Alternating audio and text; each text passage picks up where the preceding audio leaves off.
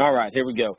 Look, thank you very much for joining. This is Stephen Spencer with Forerunner Technologies. We're continuing our monthly customer webinar sessions, and every month we pick a different product, a different solution, sometimes enhancements or upgrades that are out there, or sometimes a new solution.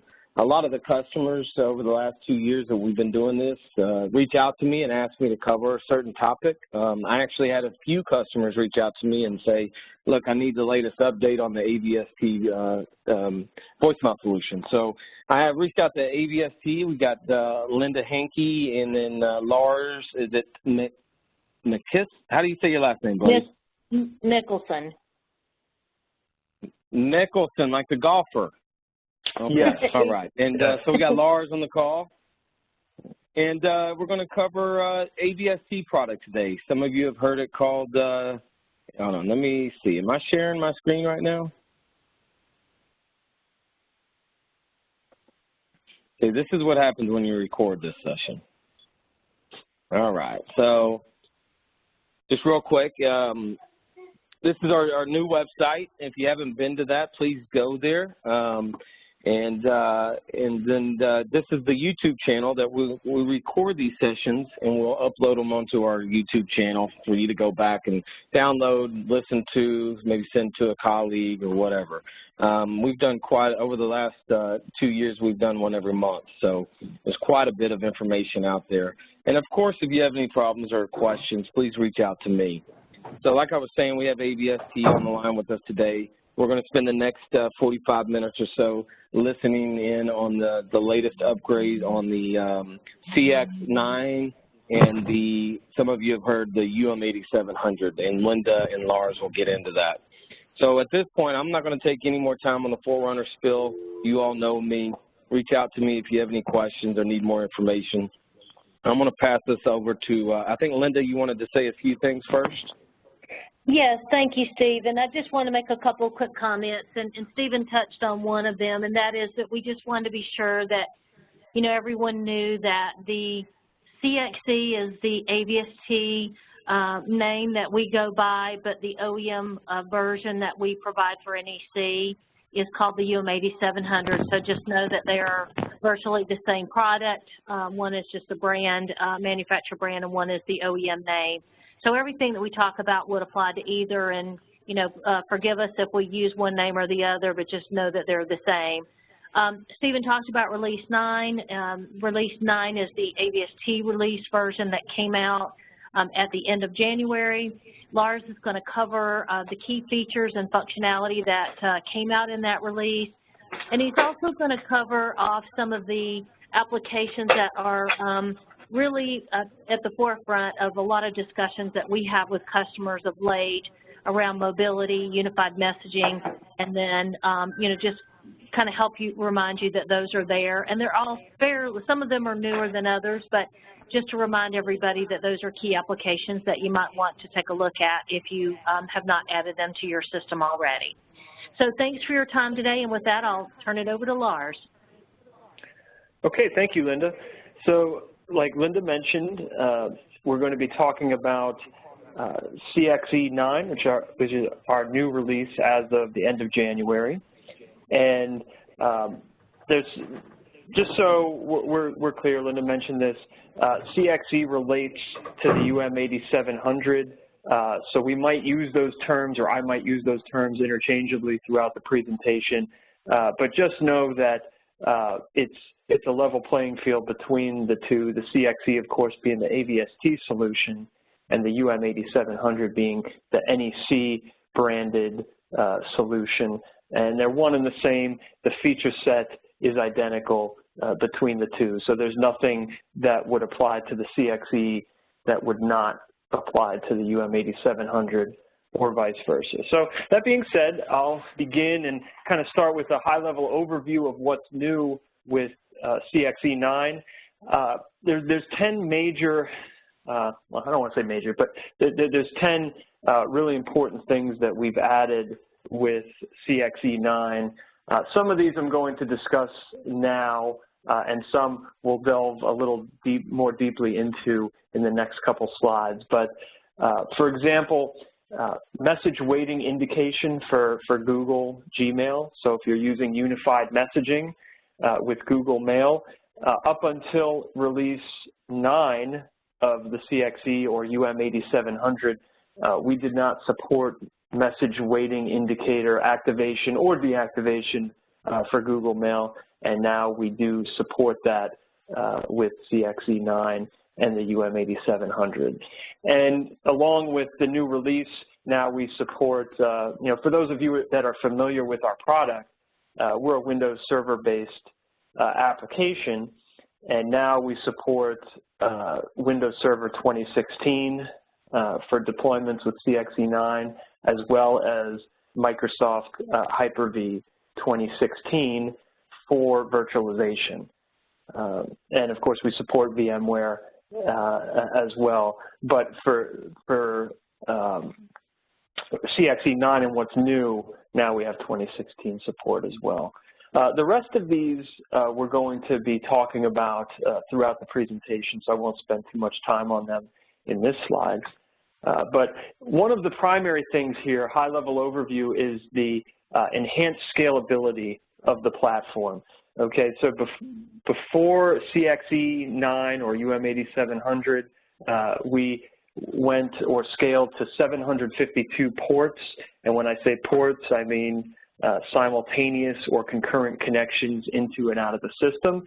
The tricky part here is that those numbers always, those numbers differed depending on if you were using speech resources, then that number went from 752 to 500, and similarly with users, if those users were using unified messaging or voicemail to email type functionality, then our total number of users went from around 40,000 to 20,000, and as you can see in the column with CXE 9, that number is more leveled off between the two. So whether you're using licenses or you're using speech resources, the number of ports, max number of ports is the same, and the max number of users is the same for a single system.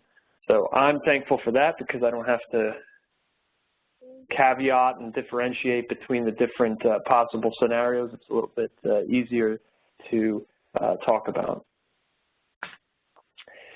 Multi-tenancy, another big feature of Release 9. Now we can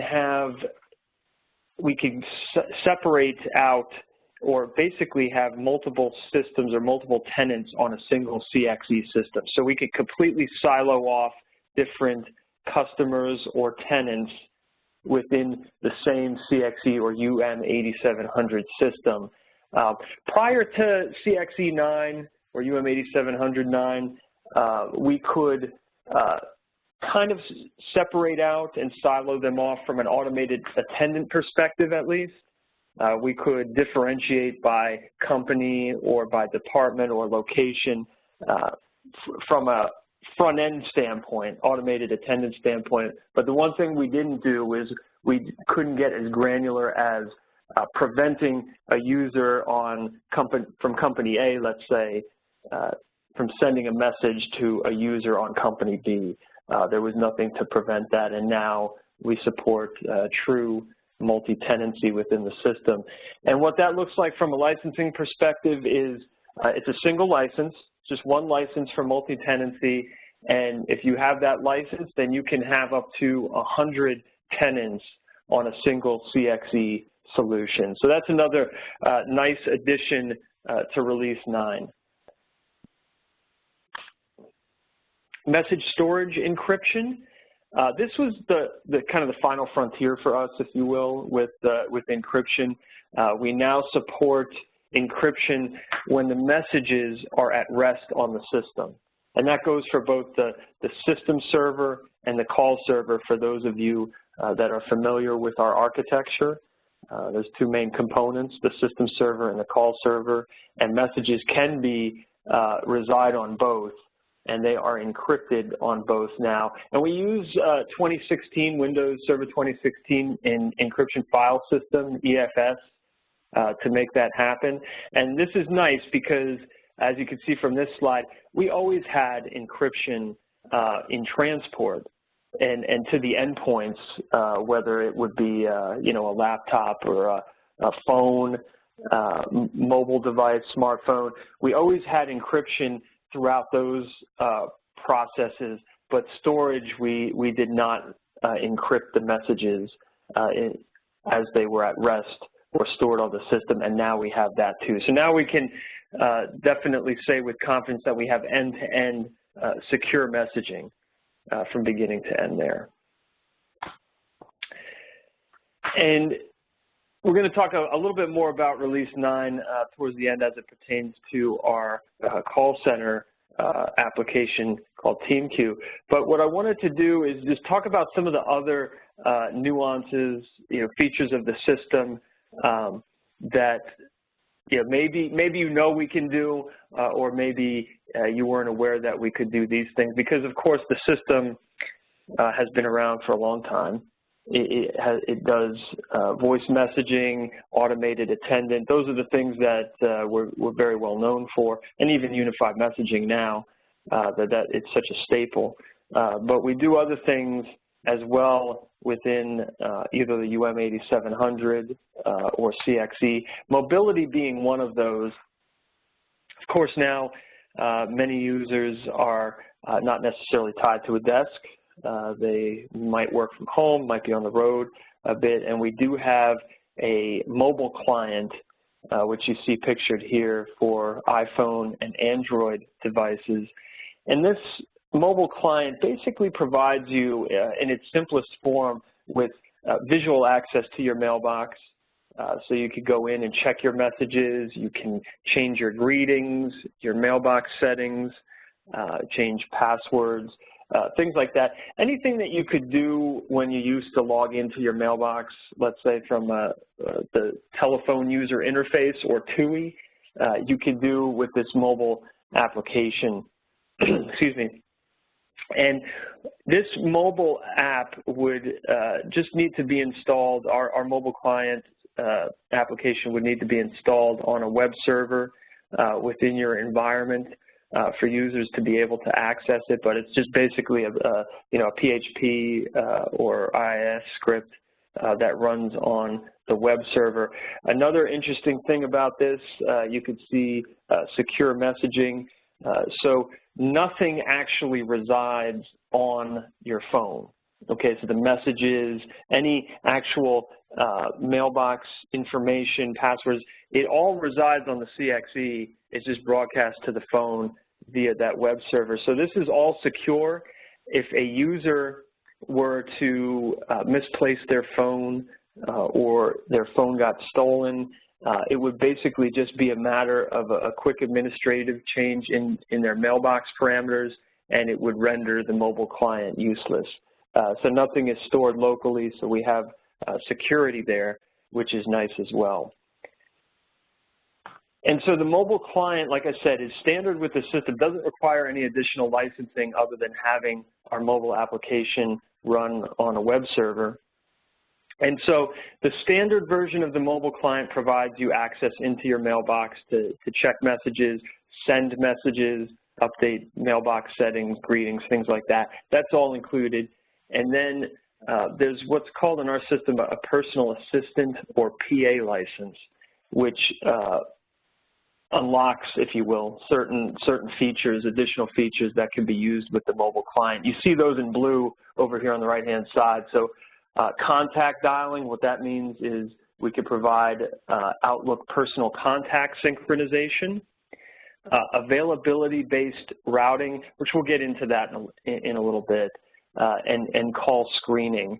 So you can actually receive and make calls using the mobile client.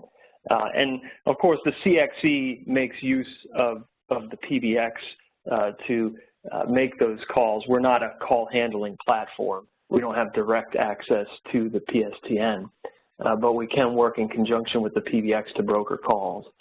And call screening, what that looks like here is if you're using the mobile client and you can receive calls on it, you can actually screen your inbound calls.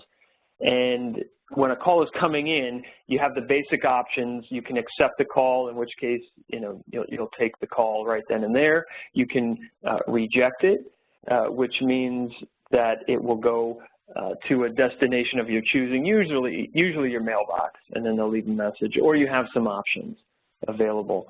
And that's where the acknowledgement options come into play. So you can think of acknowledge, I'm sure most of you are familiar with, if you have a smartphone, that when a call is coming in, you can send that caller a quick text message and say, hey, I'm on a call, but I'll call you back in a little bit.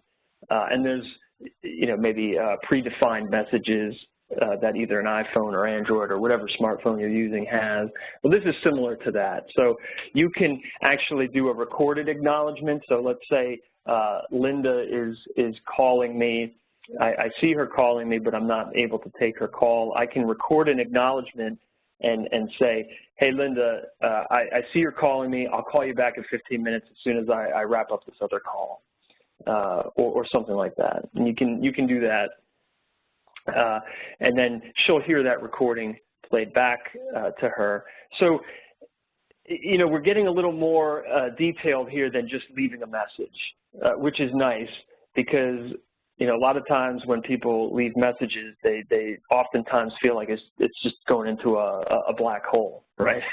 You don't have a lot of confidence maybe that they're going to check that message and get back to you. That's just the way things are going, right? So this is what that acknowledgement is for. And you can also do it says select acknowledgement. So if you do that, then you'll have, just like an iPhone or Android, you'll have predefined messages, which you could see all the way over in the right, like we'll call in 5 minutes, 15 minutes, and an hour. Now, if you select one of those options, if I were to do this, this would be a good example of like if I was in a meeting or something, and I obviously couldn't record something while somebody's presenting or something like that, but I could see the call coming in, I wanted to be discreet about it. I can select, let's say, the will call in 5 minutes option, and Linda's on hold for me. She would hear a predefined system recording that would say, Lars Mikkelsen acknowledged your call and we'll call you back in 5 minutes. And then just jumping back to that middle column there, you can transfer to another device. So your desk phone, another extension, transfer to another person, and you can accept and record the call, which is nice. Think about users that are maybe on the road or driving. I know this happened to me yesterday. A call is coming in. I know the call is going to be important because in my case yesterday it was a kind of initial discovery call with an opportunity, and I knew that there was going to be a lot of information on that call that I needed to refer back to once I was at my home office. So you can do an accept and record, and and when you accept and record, it begins recording that conversation and will store it in your mailbox. So that's a nice thing, again, for people on the road. People are not in a position to take notes when they know that it's going to be a content-sensitive call. Intelligent call routing, this kind of fits hand in hand with that availability-based routing that I mentioned earlier. So again, this is made possible with that personal assistant license that I talked about earlier, which is a per-user license. But in the CXE or the UM8700, you can have different availability states, like away from my desk, in a meeting, do not disturb, mobile, working from home, things like that. So you can have availability states. Where the intelligent call routing comes into play is we can look to different sources to be able to determine what availability state you should be in. So, for example, your Outlook calendar, you kind of see that there in the upper right. Skype for Business, present. These are things that we can look to be able to determine and update your availability settings. So to get a little more detailed about that, here in this slide, you can see a user's Outlook calendar, and they're in a meeting from 10 to 11. And in fact, this is how I'm set up right now. So I'm scheduled in a meeting from 3 to 4 Eastern Time. And so my availability status has changed based on that.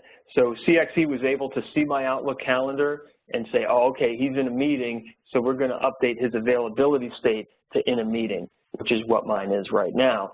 So if you called my DID, you might hear something similar to what you see in the lower left there. It might say Lars Mikkelsen is currently in a meeting and will be back at 4 p.m. That would be how I have mine programmed, but you can have it behave in a lot of different ways. You can still have it go to your mobile. You can have it go to another device, another person, when your availability status is in a meeting. And these are all things that the user can control. So similarly with Skype for Business, you see that on the right. The principle here is the same. So if you update your Skype for Business presence, like you see on the right here, if you change it to Do Not Disturb, for example, that can also trigger an availability status change within the CXE or the UM8700 and can route the calls accordingly. And so this is nice because it's automated, right? You can have all of these availability states, but if you have to manually activate them, not a lot of users are really going to do that, right? Let's be upfront about that. They won't go through the effort to do that. However, if it's automated because it's working with your Outlook calendar or Skype for Business presence or another platform that they already have in place, then it becomes a lot more valuable. So this is what intelligent call routing, as we call it within the CXE or UM8700, is really all about. And again, it would make use of that personal assistant license. And then speech is something that we've had in the CXE and UM8700 for a long time, and it can be enhanced like the mobile client with that personal assistant license. So speech resources are all that's needed, excuse me, for speech in our system, but it can be enhanced. So just to back up a step, speech is used primarily in our system in two ways. Okay, so there's the automated attendant way of using speech. So when callers call in and they get an automated attendant menu, they can say the name of the person they're trying to reach, or they can say the name of the department or location. So there's voice commands there from an automated attendant perspective. That's one way. The other way is on the user side. When you access your mailbox, you see in this slide here, they're on the road, and that would be a good example because you can basically access your mailbox hands-free and have access to all voice-driven or speech commands. We call this a voice user interface in our system, so a VUI or VUI for all speech commands. And some of them you see here, even without the personal assistant license, you can do quite a bit with the voice user interface. You can get new messages, you can record new messages, access your mailbox settings. You can do all of that, and it's all speech driven. And then the personal assistant adds some additional functionality. Remember, I mentioned that you can do an Outlook personal contact synchronization.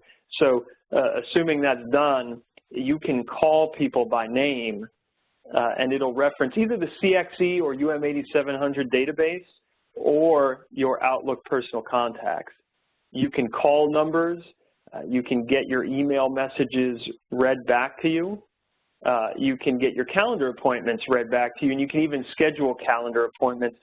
And because we have that integration with, in this case, Office 365, Exchange, that's all made possible through a hands-free experience. So again, this is for people who might be on the road quite a bit and want to take advantage of that time on the road to be able to maybe do some of these things. Oh, and the other thing I wanted to mention, within the CXE or UM8700, we can configure it so that, and again, you don't have to do this, but I have it on mine, where you can just call the voicemail pilot number, and if your mobile number is associated with your subscriber mailbox in our system, then it'll just automatically log me in. So I can truly have a complete hands-free experience into my mailbox. For example, if I call our main voicemail number at AVST, it'll take me right in. So I'll hear something like, hello, Lars Mikkelsen, what would you like to do today? And then from there on in, I have access to the speech or voice user interface for all of my commands. Unified messaging. Probably many of you are familiar with the fact that we do this and have done this for quite some time. But just wanted to review it. It is pertinent even now because there's been changes going on, particularly with Microsoft and Office 365. So wanted to just review how the CXE or UM8700 does unified messaging. And unified messaging, at least for the way we define it, is the ability to get voicemails delivered to your email, to basically have a uniform way of checking multiple types of messages. So email, voice messages, fax, things like that, all kind of in a central repository. And so that's what unified messaging is. We do it in 4 different ways. I'm going to hone in on 2 here for the purposes of this presentation. Server unified messaging is basically where a caller leaves me a message that is initially taken by the CXE, as you can see pictured in the diagram, but then we take that message and hand it off to the email server. And from there, that message resides on the email server. So when a user goes to check their messages, as you can maybe see depicted on the right here, they're checking their message through Outlook. That message really is stored on Outlook. So when they play it, it's not coming from the CXE. So that's server-based unified messaging, and that works with Exchange, Office 365, excuse me, Gmail or Google Mail, Notes, IBM Notes, GroupWise. So those are, you know, we interoperate with quite a few email platforms, and we can also we can have multiple email platforms on a single CXE system. So an example of that, maybe a common example of that might be many companies or organizations are migrating to Office 365, but that doesn't necessarily happen overnight. So they might have some Exchange, premise Exchange users, Office 365 users. So we could support both of those email platforms on a single CXE while that transition is taking place.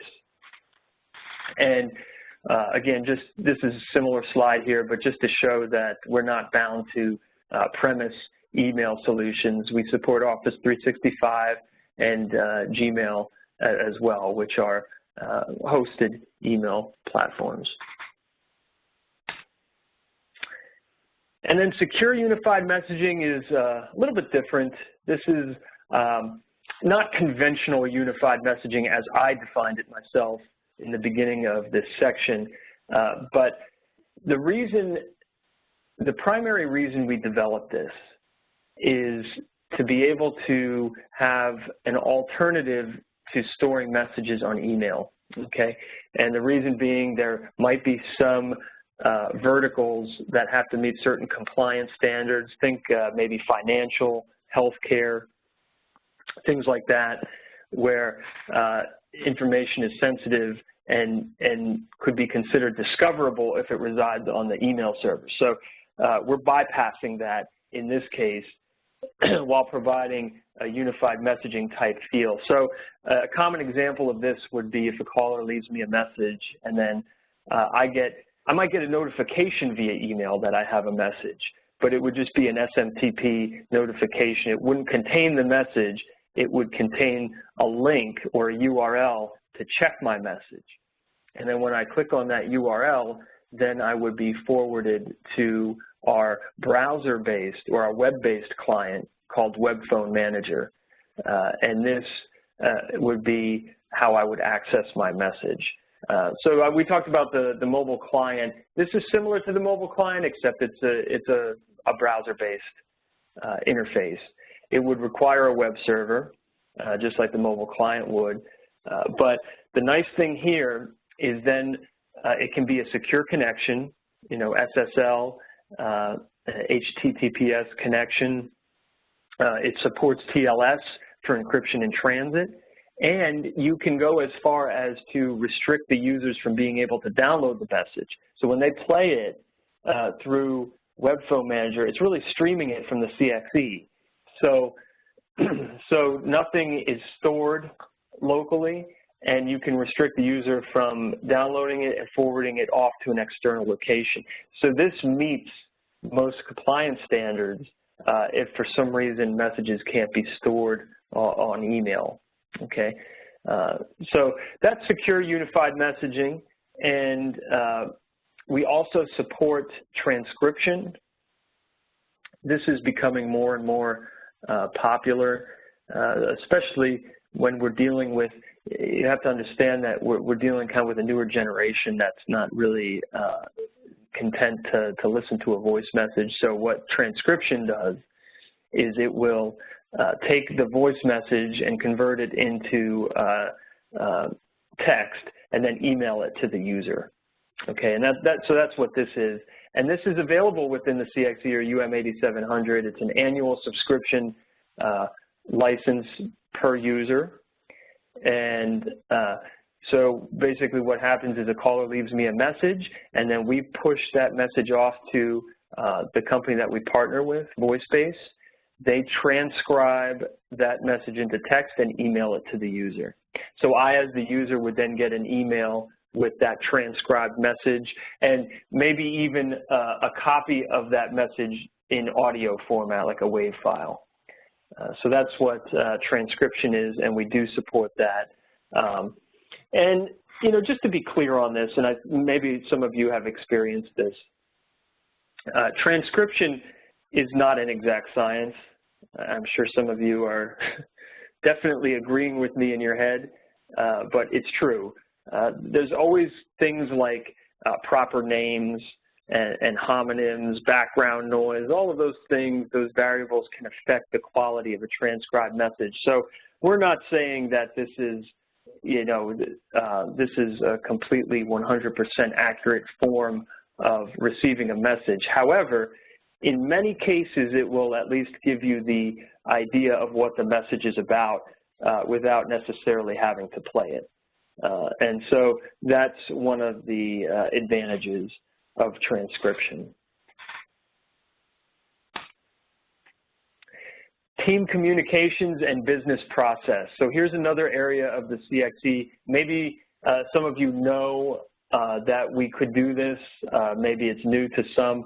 But over the past few years, we developed a application called TeamQ, which is a call center type application. It's not a full-blown like enterprise style call center application, but it's meant to be able to provide some basic call center functionality where it's needed.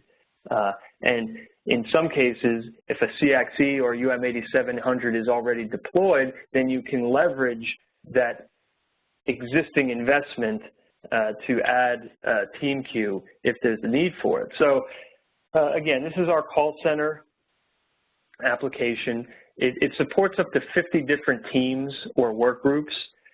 So if you have, let's say, a help desk team, an ordering team, human resources, or something like that, that would constitute a team. And you can have up to 50 of those, and you can have up to 250 agents on the system. And so some of the unique things about TeamQ are the fact that it doesn't require a CTI or computer telephony integration connection into the PBX. And one of the other things is most call centers function off of what's called the push-based model, where if a call is in queue, and the next available agent, I said that wrong, the next agent becomes available, the call is pushed to that agent. So that's typically the way it works. We can do that for sure, and we can also do what's called a pull-based model where the agents themselves can actually determine what calls they're going to take. Sometimes I say this, you know, and people dread the thought of agents being able to take the calls, but there actually could be a case for that. I'm going to go through that now. You see, TeamQ was not meant to be along the lines of a Genesis or an Enghouse or something that is really considered an enterprise level call center type solution. But at the same time, we're not a hunt group either. We provide call queuing capabilities, callback capabilities, and of course the reports and metrics that go along with that, which, you know, hunt groups really cannot do. So TeamQ, in terms of what it looks like to the agent, it's basically this. It's a desktop client, and the agent would have that installed on their desktop, and they can see the call queue screen like you can see here. And now here's where it might be handy to have that pull-based model like I talked about earlier. So let's say, and I like to throw this example out, let's say you're a college or university and you have a small IT help desk, and the people that answer phones are also people that are working tickets. They're not necessarily just answering calls all day, like a full-blown, larger contact center. And so the IT help desk, there could be different categories of help needed. When a call comes in, it's basically greeted by an automated attendant that provides different options for the caller to select, or I should say could be configured that way. So a caller could say that they select that they need help with Windows 7 or they need help with Office. And what TeamQ does is it compiles all of that and presents that in the queue screen like you see here. We can ask for the caller ID. First of all, the PBX will generally pass us the caller ID, in which case we can verify that with the caller to make sure it's correct. And we do that for possible callback purposes, you know, because the caller can have the option of requesting a callback, in which case they can actually hang up but retain their place in queue, and an agent can call them back. So that's nice functionality there. But if we're using the pull-based model, let's say, I might be in the IT help desk, and I'm looking at the queue here, and I see that Martin P., for example, he's waiting in the queue and he needs help with Windows 7. Well, I know Windows 7. That happens to be my strong suit, so I'll take that call, you know, because you can have, within an IT help desk, you can have various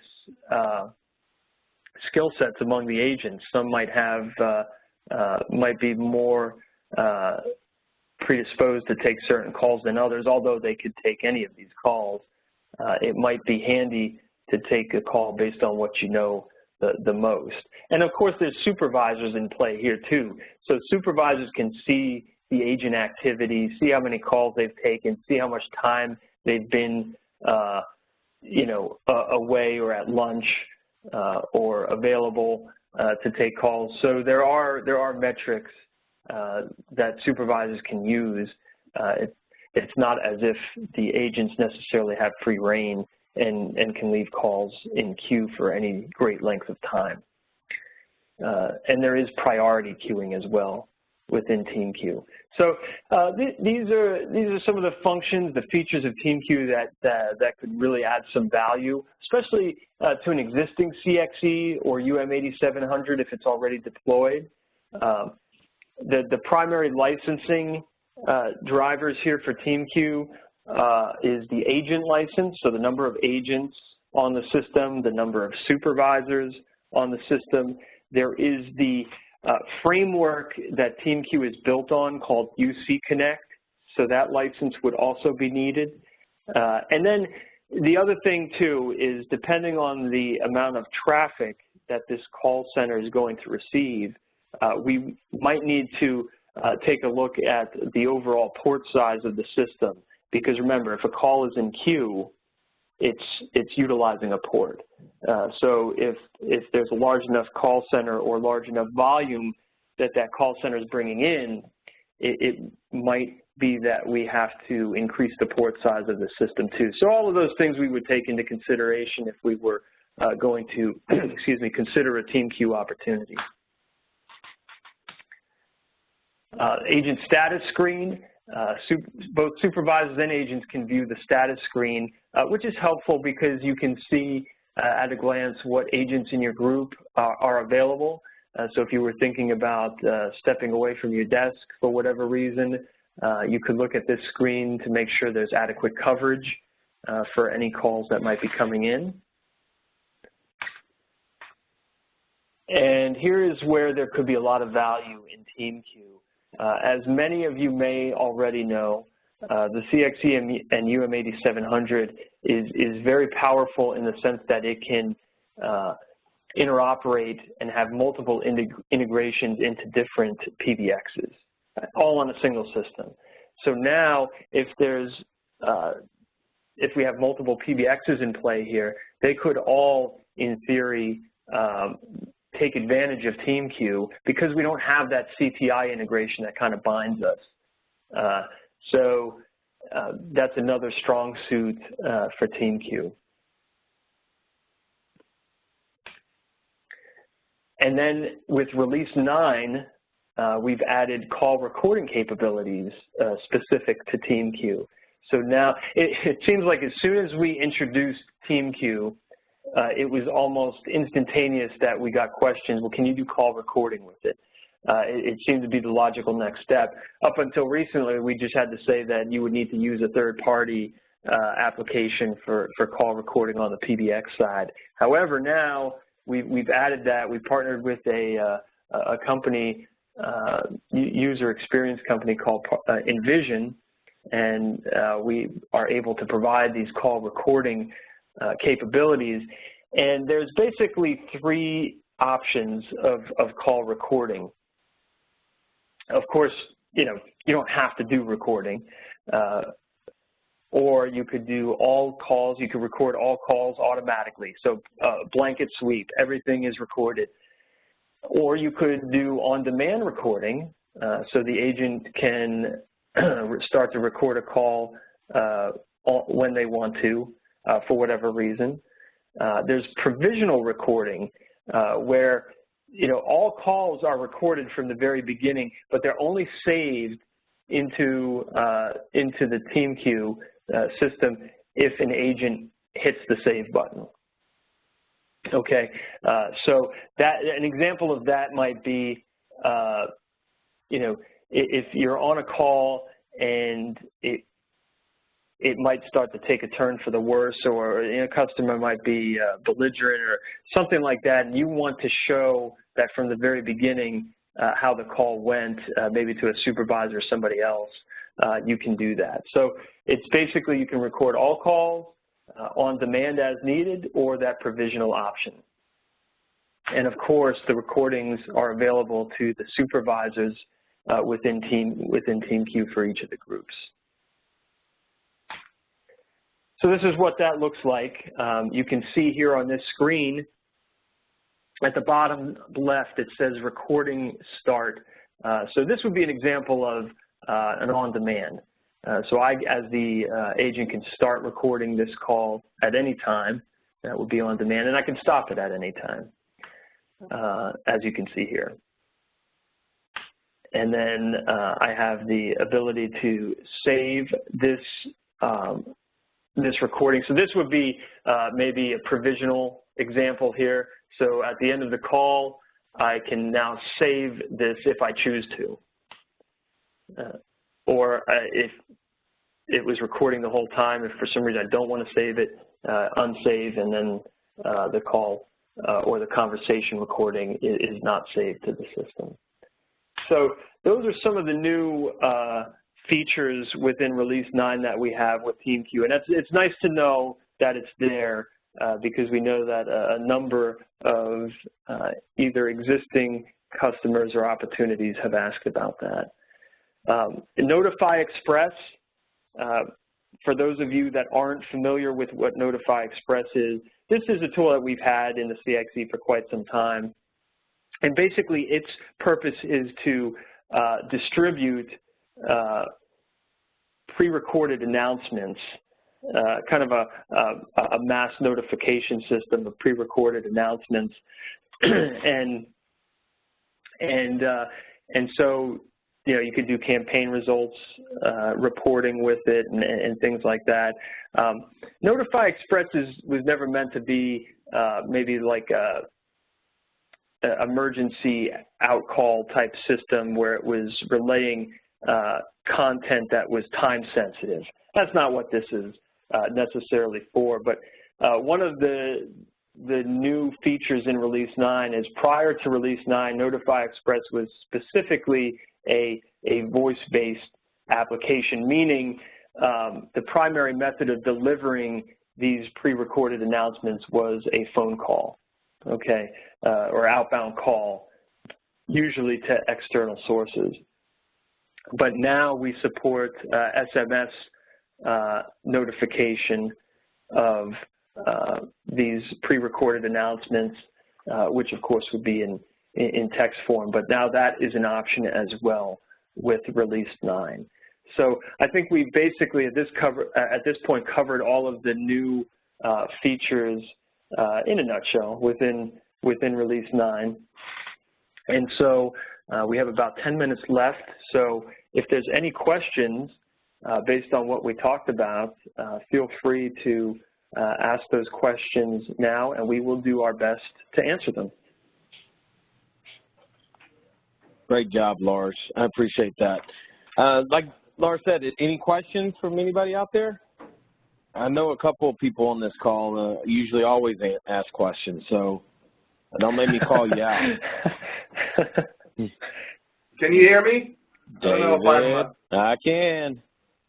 I posted a bunch of questions in the Q&A section. One was... did you? I didn't see any. I'm sorry. That's all right. One was like a little more on the Google Gmail integration. I wasn't totally clear what that was. Okay. So that is, I mean, we've had Google Gmail integration prior to Release 9, but, you know, when you have a voicemail delivered to your email, you know, we can deliver voice messages to Google Mail. What's new with Release 9 is we have the ability, once you have checked that message, to be able to provide message waiting indication synchronization for your desk phone. Okay, got it. So does that recording live on the server, or does it get sent as an attachment? It lives on Google in this case, Google or the Gmail server. Okay. Just in terms of archiving, you know, for us, we have different archiving requirements around email systems versus voicemail systems. Right, right. Yeah, so when we're talking about server-based unified messaging, the voice messages always reside on the email server, wherever that is. If it's premise or hosted, that's where the messages reside at that point. So usually, you know, whatever archiving practices are in place for email, that would also probably account for voice messaging as well. So is there any option to keep those voicemail messages on the voicemail server, and maybe the email notification you get is just a hyperlink to a web server or something like that? I'm just trying, we need to figure out, we want this feature, but we need to figure out how to keep the recordings off of the email system, just because the storage requirements we would see as exploding if we suddenly need to keep 3 years of voicemail recordings or something like that for 2,000 people. No, I understand what you're saying. Yeah, so it sounds like what you're talking about there would be a good play for that secure unified messaging that we talked about. So let me go back to that. Let me just kind of review what that was, so you can. So this is where messages would be stored on the CXE, okay? And what the user would get is they would get an email just that they have a message. Okay, so they would get an email notification that they have a message, and then in the body of that email, there would be a URL that you could click on, which would take you into what's called Web Phone Manager, which is our browser-based way of accessing your mailbox. Okay. Perfect. And then from there, the user can play their messages, and when they're playing their messages, it's really streaming it from the CXE. So everything is still stored on the CXE at this point, and it's kind of taking email out of the picture, with the exception of that initial, email notification that you get.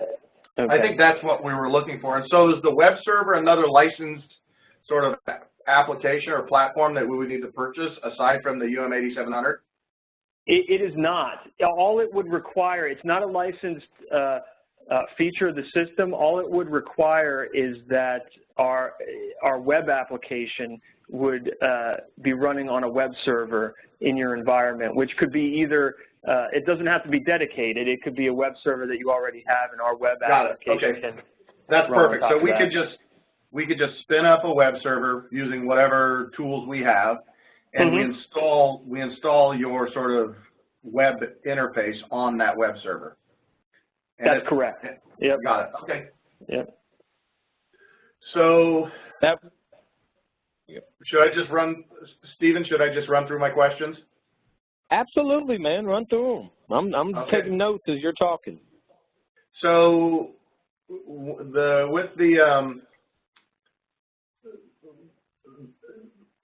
when virtualizing the VM, in our VMware environment, what are the limitations around how many virtual machines our ESXi host can handle? We have an SV9500 in the VMware. We have the UC, all the UC stuff on another Windows server that's virtualized. Do we need to, at what point do we need to start considering additional compute or hardware, additional ESXi hosts for the UM8700? Well, that would kind of be a question of how the ESX host is built, what its capacity is, and what our architecture requires in terms of VMs. And again, a lot of that is predicated on the system size too. Okay. So if you're familiar with the UM8700 or the CXE, our architecture is basically boiled down into two components, the call server and the system server, which can be either on the same physical server or on the same virtual machine, but they can be broken out too. Let's say, I'm just throwing this out as an example, let's say we have a 20-port system. We could potentially have a 3 VM requirement there. We could have 2 call servers, each with 10 ports, and the system server. Okay. Got it. Now that's an example of a relatively small system, so the server requirements would not be anything exorbitant there. But we would just kind of need to maybe triage what we require in terms of the server, what the ESX host has at capacity, and the overall system size in general. Okay, so then, and that's fine. We've had discussions around this point system and how much stuff we can load up on any individual VMware ESX box. And so I just wanted clarification. So the next question was around the mobile client, and is that additional licensing, or is that rolled into whatever the package is that when we buy when we make is the mobile client just simply included with whatever other licensing that we've purchased? Okay, good question. So the mobile client is very similar to Web Phone Manager in that it also is standard with the system, okay? But it would require our mobile application to reside on a web server, okay? So again, a web server would be needed. I went through in the presentation what is standard with the mobile client and what feature enhancements there could be with the personal assistant license. But to answer your basic question, the mobile client is standard on the system and wouldn't require any additional licensing. Okay, but the personal assistant features, you pay for them by user. Correct. The personal assistant or PA license is a per user license. That's correct. Perfect. Perfect. Then later on, you were showing sort of an app. There was a slide that you had that had like a laptop, and then it was like I think it was some kind of software that shows call usage or who's doing what calls, or how the system is being utilized. I can't quite remember.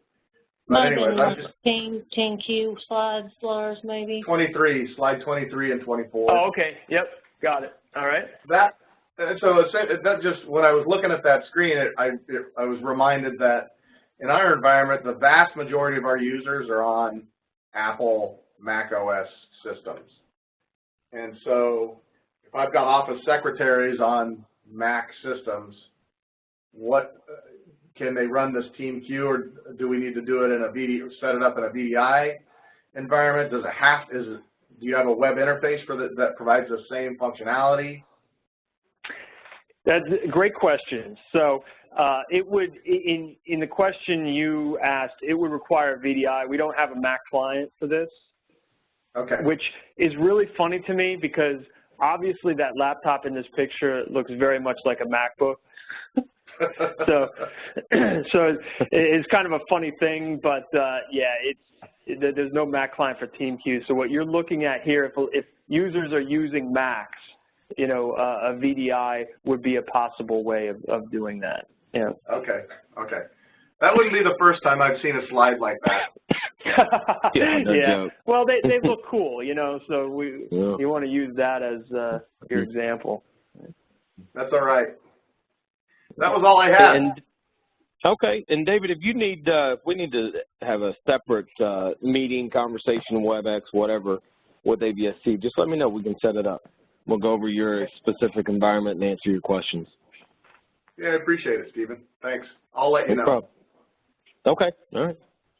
All right. Anybody else have any questions before we let Lars and Linda go? No? Okay. All right. Thank you very much, Lars.